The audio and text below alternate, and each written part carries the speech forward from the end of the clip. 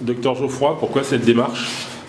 Pourquoi cette démarche? Eh bien, avec mon épouse, qui est pédiatre également, qui soigne des personnes, des personnes roms, qui va parfois dans les caravanes pour soigner soit les femmes, soit les enfants, on a pris la décision de leur trouver une solution, puisque le corps devait être expulsé le 26, c'était la date qui était donnée pour l'expulsion du camp de Rome.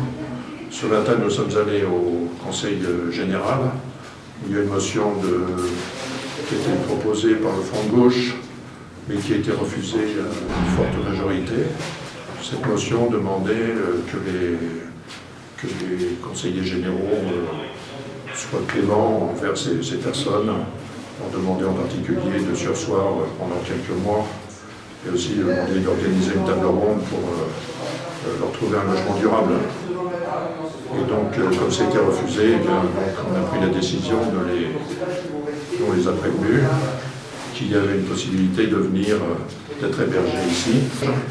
Et donc, je savais qu'il y avait une quarantaine de chambres qui avaient été construites initialement pour les longs séjours. Et dans ces chambres, qui sont en parfait état, qui ont été occupées pendant une dizaine d'années par l'administration de l'hôpital de Corbeil. Et depuis le déménagement, donc, ces locaux sont vacants et ouverts, on n'a fait aucune effraction. Combien de personnes à peu près sont hébergées actuellement?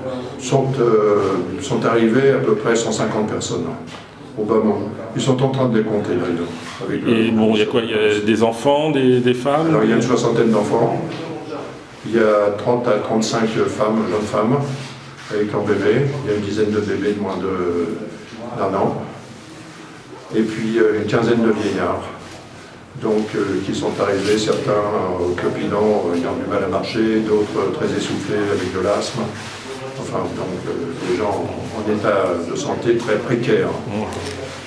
Donc notre cœur de pédiatre, ma femme et moi, nous a tout de suite fait envisager qu'il fallait qu'on les amène ici. Et ils sont arrivés par vague d'une trentaine à peu près, amenés par des gens d'associations de défense des Roms, et puis aussi des Roms eux-mêmes avec leur véhicule. Ils ont pu être nourris? Alors ils sont venus avec leur nourriture, et puis nous on a amené aussi de la nourriture pour eux, beaucoup de bouteilles d'eau, du lait premier âge, du lait deuxième âge, des couches.